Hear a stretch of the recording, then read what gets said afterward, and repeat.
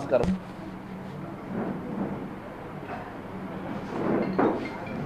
వేదిక మీద ఉన్నటువంటి గౌరవ శాసనసభ్యులు ధన్పాల్ సూర్యనారాయణ గారు మరియు భారతీయ జనతా పార్టీ కుటుంబ సభ్యులు, పత్రికా విలేకరులందరికీ కూడా పేరు పేరు నమస్కారం తెలియజేస్తా ఉన్నాను.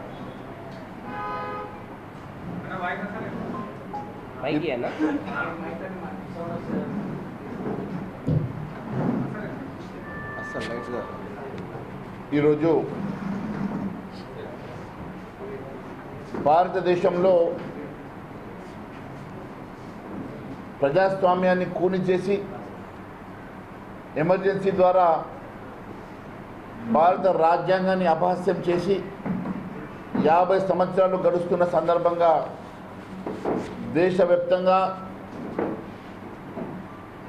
ఆ రోజును గుర్తు చేస్తూ దానికి వ్యతిరేకంగా పోరాటం చేసినటువంటి అనేక మంది నాయకుల్ని, భారతీయ జనతా పార్టీ శ్రేణులు ఎంతోమంది అమరులైనటువంటి ప్రజాస్వామ్యం కాపాడడం కోసం ముందంజలున్నటువంటి వారిని నివాళులు అర్పిస్తూ 1975 జూన్ 25 భారతదేశంలో ఒక చీకటి రోజు. ఆ రోజు అప్పటి ప్రధానమంత్రిగా ఉన్నటువంటి ఇందిరాగాంధీ గారు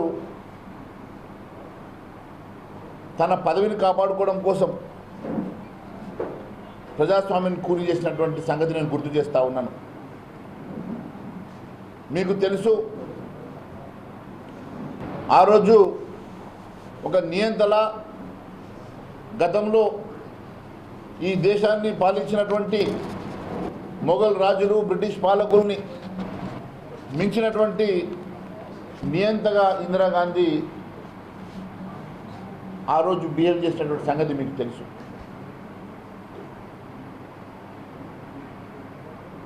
ఇందిరాగాంధీ ఎంపీగా గెలిచి తన అధికార దుర్వినియోగం చేసిందని,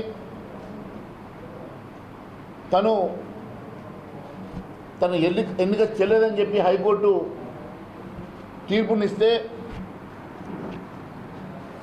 ఆ తీర్పును భరించలేక ఈ దేశంలోనే ఎమర్జెన్సీ విధించి అన్ని హక్కులను, రాజ్యాంగం ఇచ్చినటువంటి అన్ని హక్కులను కాలరాసినటువంటి ఘనత ఇందిరాగాంధీ అని చెప్పి తెలియజేస్తా ఉన్నాను. డాక్టర్ బాబాసాహెబ్ అంబేద్కర్ గారు రచించినటువంటి రాజ్యాంగాన్ని అపహాస్యం చేస్తూ 1975లో కనీసం మాట్లాడే హక్కు కూడా లేకుండా రాజ్యాంగం కల్పించినటువంటి అనేకమైనటువంటి హక్కులను కాలరాస్తూ ఈ దేశంలో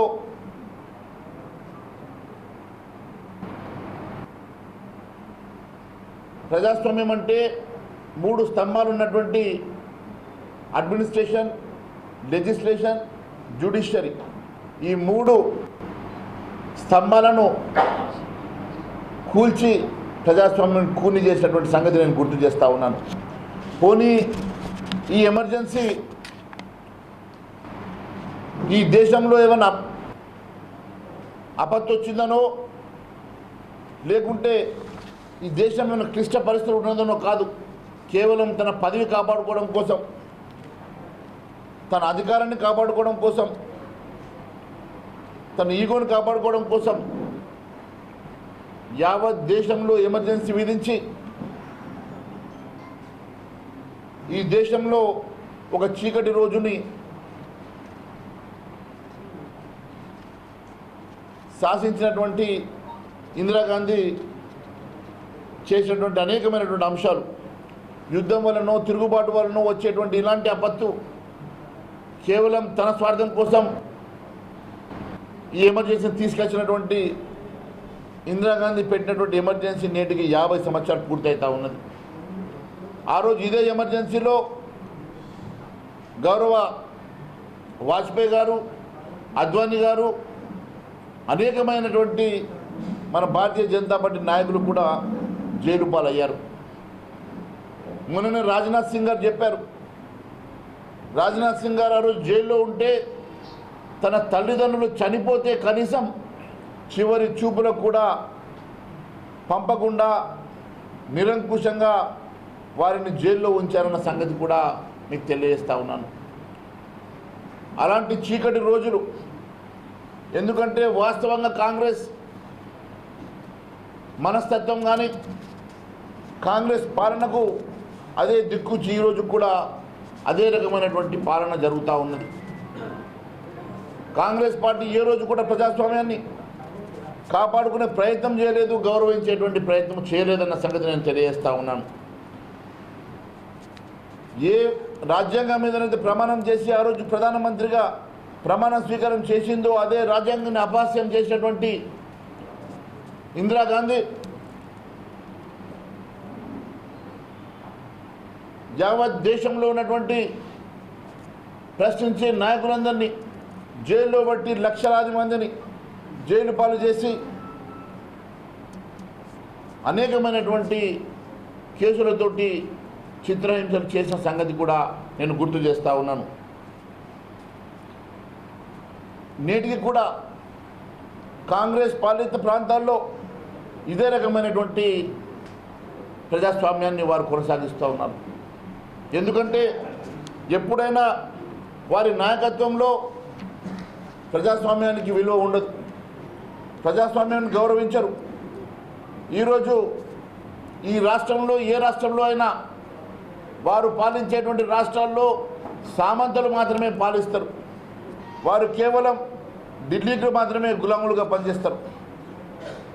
ఢిల్లీలో పోయి రోజులు తరబడ్డా మెరిబడ్డా కనీసం అపాయింట్మెంట్ దొరకకున్నా వాళ్ళు తెలంగాణ ఆత్మాభిమానాన్ని ఆత్మగౌరవాన్ని ఢిల్లీలో తాకట్టు పెట్టి రోజులు అపాయింట్మెంట్ల కోసం వేచి చూసినా కూడా అపాయింట్మెంట్ దొరకకున్నా వాళ్ళు సామంతులుగా ఇక్కడ బతకాల్సిందే. అది వాళ్ళ ప్రజాస్వామ్య పద్ధతి అని చెప్పి నేను తెలియజేస్తా ఉన్నాను.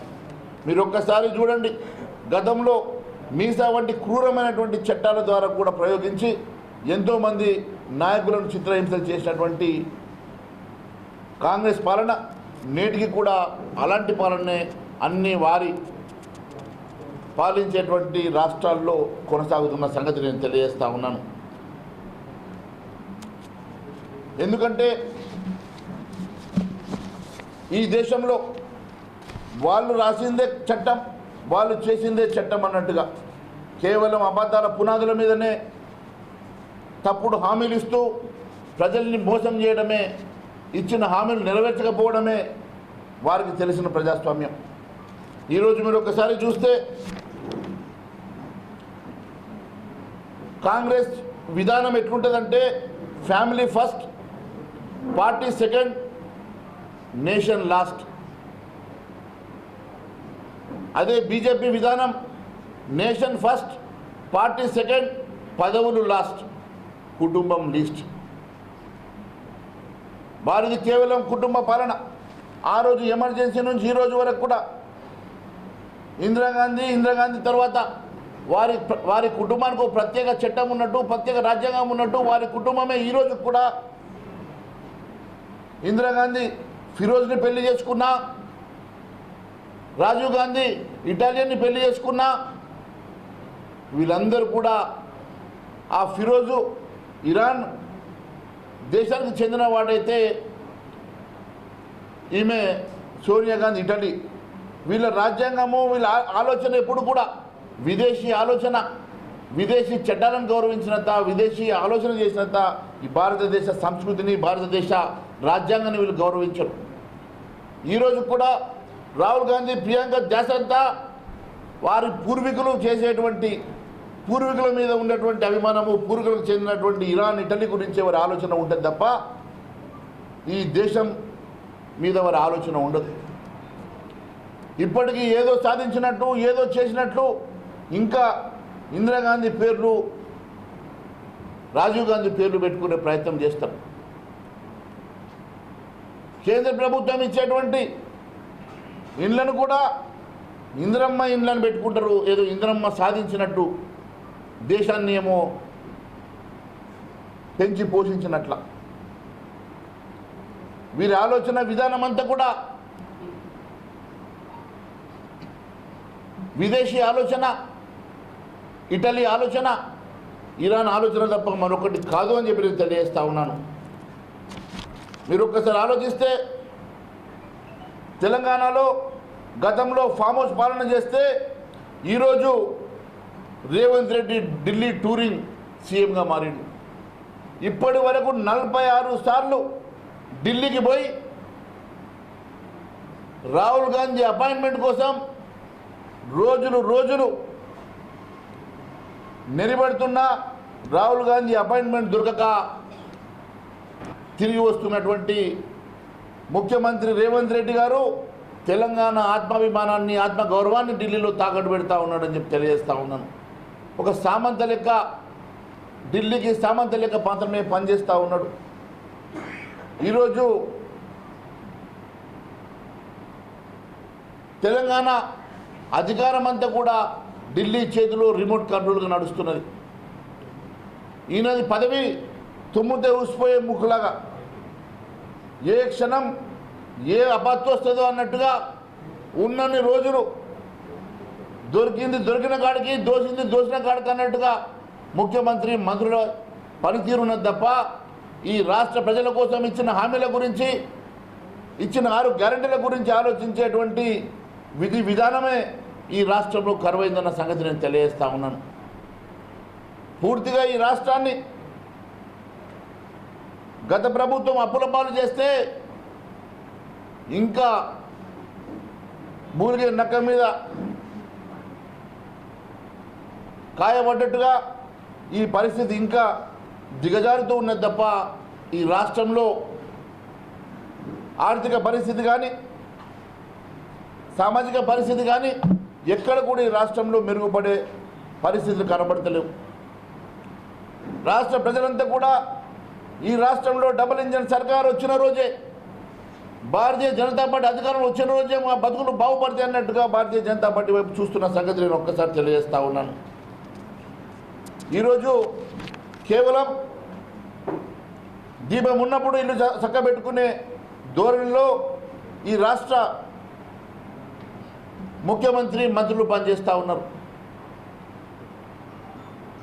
కాంగ్రెస్ ఎమ్మెల్యేలు నాయకులు చెప్తా ఉన్నారు ఊళ్ళలో తిరిగే పరిస్థితి లేదు, ఇచ్చిన హామీలు నెరవేర్చక ఇబ్బంది పడుతున్నట్టు. ఏదో నిన్న మొన్న సంబరాలు చేస్తున్నారట. దేనికి సంబరాలు చేస్తున్నారో, గతంలో ఒక రైతు బంధు ముంచేసినందుక, లేకుంటే మొన్నటి సీజన్లో సగం మందికి రైతు బంధు ఎగవేసినందుక, లేక ఇదే చివరి రైతు బంధు, తర్వాత మాకు పుట్ట కట్టుకుంటూ శాత కాదు, మేము పుట్టనే కట్టము, ఇదే చివరి రైతు బంధు అన్నట్టుగా వీడుకోలు వలుకుతున్నట్టుగా మీరు ఈ సంబరాలు చేస్తూ ఉన్నారో అర్థం కావడం లేదు. ప్రతి 6 నెలలకు ఇవ్వాల్సినటువంటి రైతు బంధు వచ్చి 3 సీజన్లు 2 సీజన్లు ఎగ్గొట్టిండ్రు. ఇయ్యలేనేమో సంబరాలు చేసుకుంటూ ఉన్నారు. ప్రజలకు తెలుసు ఇవే చివరి రైతు బంధు కార్యక్రమం కాబట్టే మీరు సంబరాలు చేసుకుంటూ ఉన్నారు. ఎందుకంటే ముఖ్యమంత్రి స్వయంగా అన్నాడు, ఇప్పటికెళ్ళి సంబరాలు కాదు, ఇవే చివరి సంబరాలు అని చెప్తా ఉన్నాడు. అంటే ఇవే చివరి రైతు బంధు అనేది చాలా స్పష్టంగా చెప్తా ఉన్నాడు. వీళ్ళు కేవలం ఇచ్చిన హామీలు, సంక్షేమ కార్యక్రమాలు ఎగ్గొట్టడానికి మాత్రమే వీళ్ళు క్యాబినెట్ మీటింగుల్లో చర్చ చేస్తున్నారు తప్ప వీళ్ళు ఈ రాష్ట్ర ప్రయోజనాల కోసం, ఈ రాష్ట్రంలో అభివృద్ధి కార్యక్రమాల కోసం ఆలోచన చేసే ఏ ఒక్క ఆలోచన కూడా వీళ్ళు చేస్తలేరన్న సంగతి నేను తెలియజేస్తా ఉన్నాను. సీఎం రేవంత్ రెడ్డి గారు, మీరు అరెస్టులతోటి మమ్మల్ని భయపెడితే భారతీయ జనతా పార్టీ భయపడే సమస్య లేదు. గతంలో బీజేవైఎం చేపట్టినటువంటి భూముల అమ్మకానికి వ్యతిరేకంగా వాళ్ళు చేసేటువంటి ధర్నాలో మద్దతు పలికినందుకు ఒకవైపు అసెంబ్లీ నడుస్తుండగా నన్ను అరెస్టు చేసి 2 గంటల సేపు హైదరాబాద్ మొత్తము తిప్పి మళ్ళా మరుసటి రోజు మేమందరం కూడా సెంట్రల్ యూనివర్సిటీ వెళ్తామంటే మా ఎమ్మెల్యేలందరినీ కూడా ఒక్క రోజు పాటు అరెస్టు గృహ నిర్బంధం చేసి మమ్మల్ని ఇబ్బంది పెట్టే ప్రయత్నం చేశారు. ఎన్ని అరెస్టు చేసినా ఎన్ని నిర్బంధనలు చేసినా ఖచ్చితంగా భారతీయ జనతా పార్టీ నాయకులమంతా ఖచ్చితంగా రోడ్ల మీదకి వచ్చేటువంటి సమయం వచ్చింది. ప్రజల పక్షాన నిలబడి ప్రజల పక్షాన మేము పోరాటం చేసే రోజులు దగ్గరలో ఉన్నాయి. మీరు ఇచ్చే సంక్షేమ కార్యక్రమాలు పూర్తిగా అమలు చేసే వరకు మీ మెడలు వంచి ఖచ్చితంగా ప్రజల పక్షాన మేము నిలబడతాం, ప్రజల పక్షాన పోరాటం చేస్తామని మరొకసారి తెలియజేస్తా ఉన్నాను. రైతులకు బేడీలు వేసేటువంటి కిరాతకమైనటువంటి ప్రభుత్వం రేవంత్ రెడ్డి ప్రభుత్వం, రైతులకు మోసం చేసేటువంటి ప్రభుత్వం, విద్యార్థుల్ని ఫీ రియంబర్స్మెంట్ ఇవ్వకుండా మోసం చేస్తున్నటువంటి ప్రభుత్వం, విద్యార్థులకు స్కూటీలు ఇస్తామని మోసం చేసిన ప్రభుత్వం, మహిళలకు మహాలక్ష్మి పేరు మీద 2500 రూపాయలు ఎగ్గొట్టినటువంటి ప్రభుత్వం, పెద్ద మనుషులకు ఆసరా పెన్షన్ కింద 2000-4000 చేస్తామని మోసం చేసిన ప్రభుత్వం, పెళ్ళైన అమ్మాయిలకు తులం బంగారం పెడతామని చెప్పి మోసం చేసిన ప్రభుత్వం, వికలాంగులను సైతం 4000 నుంచి 6000 ఇస్తామని మోసం చేసిన ప్రభుత్వం. ఇది కేవలం మోసాల పునాదుల మీద నిర్మాణమైనటువంటి ప్రభుత్వం. కేవలం మోసం చేయడానికే మేము ఉన్నట్టుగా వారంతా కూడా కేవలం మోసం చేయడానికే పనిచేస్తున్నట్టుగా కాంగ్రెస్ ప్రభుత్వం పనిచేస్తూ ఉన్నది. కాంగ్రెస్ ప్రభుత్వం క్యాబినెట్ మీటింగులు గంటలు ఏ రకంగా ఏ స్కీమ్ని కొట్టాలా, ఏ రకంగా ఏ స్కీమ్ని ప్యారలైజ్ చేయాలని ఆలోచన చేస్తూ ఉన్నది తప్ప వీళ్ళు ప్రజల కోసం ప్రజల సంక్షేమం కోసం ఏ రకంగా ముందుకు వెళ్ళాలనే ఆలోచన మాత్రం చేస్తున్నట్టుగా కనబడతలేదు. ఎట్టి పరిస్థితుల్లో ఈరోజు ఈ రాష్ట్రంలో కూడా గతంలో ఇందిరాగాంధీ ఏ రకంగానైతే ప్రజాస్వామ్యాన్ని కూలి చేసిందో అదే ఇందిరమ్మ రాజ్యం పేరు మీద ఈరోజు ఆ కుటుంబానికి సామంతగా పనిచేస్తున్న రేవంత్ రెడ్డి కూడా ఈరోజు అదే పని పట్టుకొని అదే బాటలో నడుస్తూ ఈరోజు రాష్ట్రాన్ని పూర్తిగా అబాసుపాలు చేయడమే కాకుండా పూర్తిగా భ్రష్టు పట్టిస్తూ ఉన్నాడు. ఎట్టి పరిస్థితుల్లో భారతీయ జనతా పార్టీ చూస్తూ ఊరుకోదు. ప్రజాస్వామ్యాన్ని పునరుద్ధరణ చేయడానికి మాత్రమే భారతీయ జనతా పార్టీ పనిచేస్తుంది. ఖచ్చితంగా రేపు రాబోయే రోజుల్లో ప్రజల పక్షాన భారతీయ జనతా పార్టీ ఎట్టి పరిస్థితుల్లో కూడా ప్రజల్లోకి వెళ్తాం.